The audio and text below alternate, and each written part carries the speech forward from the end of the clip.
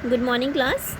This is your lecture 3 on chapter 2, that is the sectors of the Indian economy. Okay.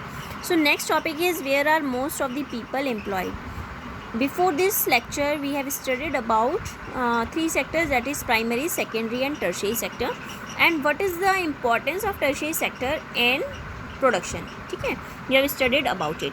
Now we are starting next topic, that is where are most of the people employed.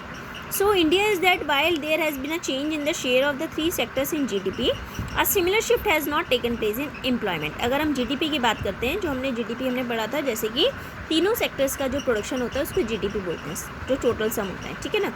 तो similar shift जितना GDP में shift हुआ है उतना ही shift ऐसा नहीं है कि एम्प्लॉयमेंट में भी शिफ्ट हुआ है. अगर हम पीरियड ड्यूरिंग 1973-74 की बात करते हैं तो 40% is contributed by the primary sector in GDP of the country. Secondary sector contribute कर रहा है only 12% and 48% is contributed by the tertiary sector. Employment percent during the period of 1970 to 74% people of India are engaged in primary sector, while only 15% are involved in tertiary sector. ठीक है ना. 2013 और 2014 की अगर हम लोग बात करते हैं, the percent of contribution of tertiary sector in GDP of the country increased and reached 67%. अगर हम टर्शियरी की बात करें उसमें देखो 15% था, लेकिन अब क्या है, मतलब प्राइमरी सेकेंडरी का कम हो गया, टर्शियरी का बढ़ गया है, कितना हो गया है, 67% हो गया है. Primary sector reduce to only 12%. Primary sector सिर्फ 12% हो गया. और primary sector continues to the largest employer during the 2011 and 12. ठीक है ना.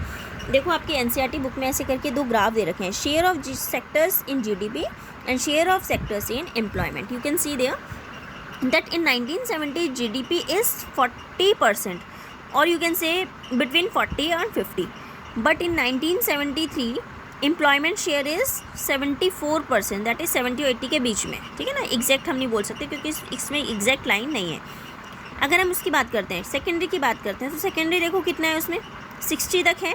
ठीक है ना, यानी कि 60 है, नीचे का 40 है, तो यानी कि 20% है. और अगर हम इसका बात करते हैं तो इसमें कितना है, हमारा 10% है. तो हम इससे कंपेयर कर सकते हैं कि share of sector in GDP कितना है और share of sectors in employment कितना है, सिमिलर नहीं है. ठीक है ना. तो हमारा यही है, Y didn't a similar shift out of primary sector happen in case of employment.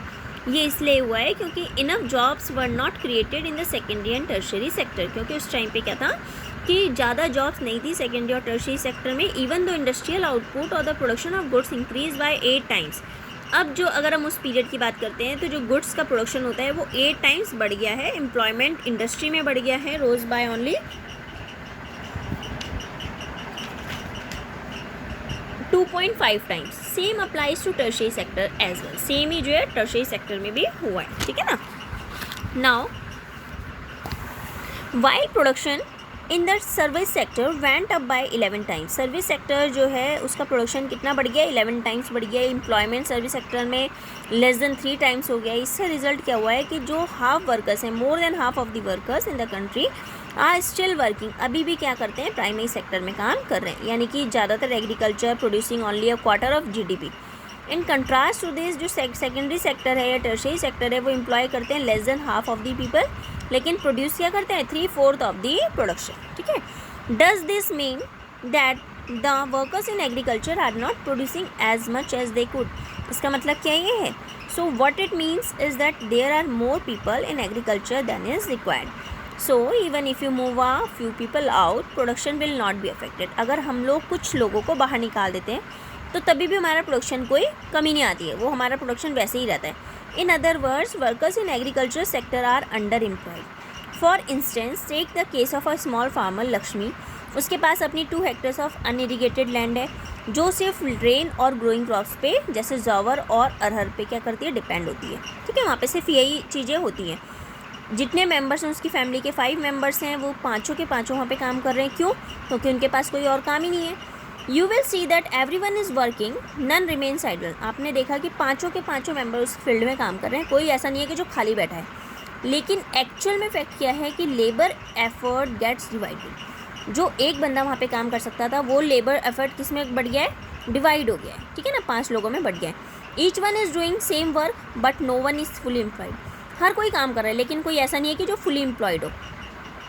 This situation is of under employment. इस सिचुएशन को बोलते हैं अंडर एम्प्लॉयमेंट, कि जहाँ पे लोग इन एविडेंटली वर्किंग करते हैं लेकिन all are they less than their potential, लेकिन काम कर रहे हैं लेकिन अपनी पोटेंशियल से कम। क्यों? क्योंकि वर्क वहाँ पे बढ़ रखा है। ठीक है, this type of under employment is hidden in contrast to someone who does not have a job and is clearly visible as under employment, जिसको हम क्या बोलते हैं? अनएम्प्लॉयड बोलते हैं। तो इसको हम क्या बोलते हैं? डिस्गाइज अनएम्प्लॉयमेंट बोलते हैं। ठीक है ना। जैसे एक सपोज इन्होंने दे रखा है, now take the case of landlord Sukhram who comes and hires 1 or 2 members of the family to work on his land. एक सुखराम है जो आता है और हायर करता है 2 members, एक फैमिली के 2 members को हायर करता है कि भाई तुम मेरे उसमें फील्ड में काम करना।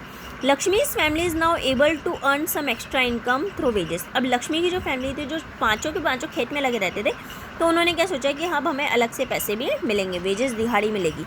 Since you do not need 5 people to look after that small plot, so 2 people moving out. अब उससे क्या हुआ? 2 लोग चले गए और दूसरे वो सुखराम के फील्ड में काम करने लग गए। ठीक है, सो इससे क्या हुआ कि प्रोडक्शन में कोई कमी नहीं आई। In the above example 2 people may move to work in a factory. Once again the earnings of the family would increase and they would also continue to produce as much from their life। अब क्या हुआ कि जब वो 2 लोग गए तो पैसे भी उनके पास आ रहे हैं और जो 5 लोग काम कर रहे थे वही काम 3 लोग कर रहे हैं, यानी कि वो 2 लोग एक्स्ट्रा थे। ठीक है ना। So there are very large number of farmers like Lakshmi in India. This means that अगर उनके पास कोई काम नहीं है तो वो सिर्फ क्या कर रहे हैं कि सबके सब फील्ड में ही काम कर रहे हैं, उनके पास कोई और वर्क है नहीं तो वो सिर्फ काम उसमें ही काम कर रहे हैं। ठीक है ना। तो आप इसके लिए सिंपल नोट लिख सकते हो डिस्गाइज अनएम्प्लॉयमेंट का, more people engage in agriculture than the necessity. This kind of under employment is hidden in contrast to someone who does not have a job and is clearly visible as unemployed. It is also called disguise unemployment. ठीक है, आपने देखा हो कि मतलब पूरा दिन लगाए थे लेकिन उनको तभी भी, अगर खेत में लगे हैं अपने पूरा दिन लगाए लेकिन तभी भी उनको कोई इनकम नहीं हो रही है, लेकिन अगर वो वही काम किसी और की फील्ड में जाके कर रहे हैं तो उनको वहाँ से वेजेस सैलरी वगैरह मिलती है। ठीक है, so we are closing this lecture right now here and in the next lecture we will start that next topic, how to create more employment. Okay, thank you, have a nice day.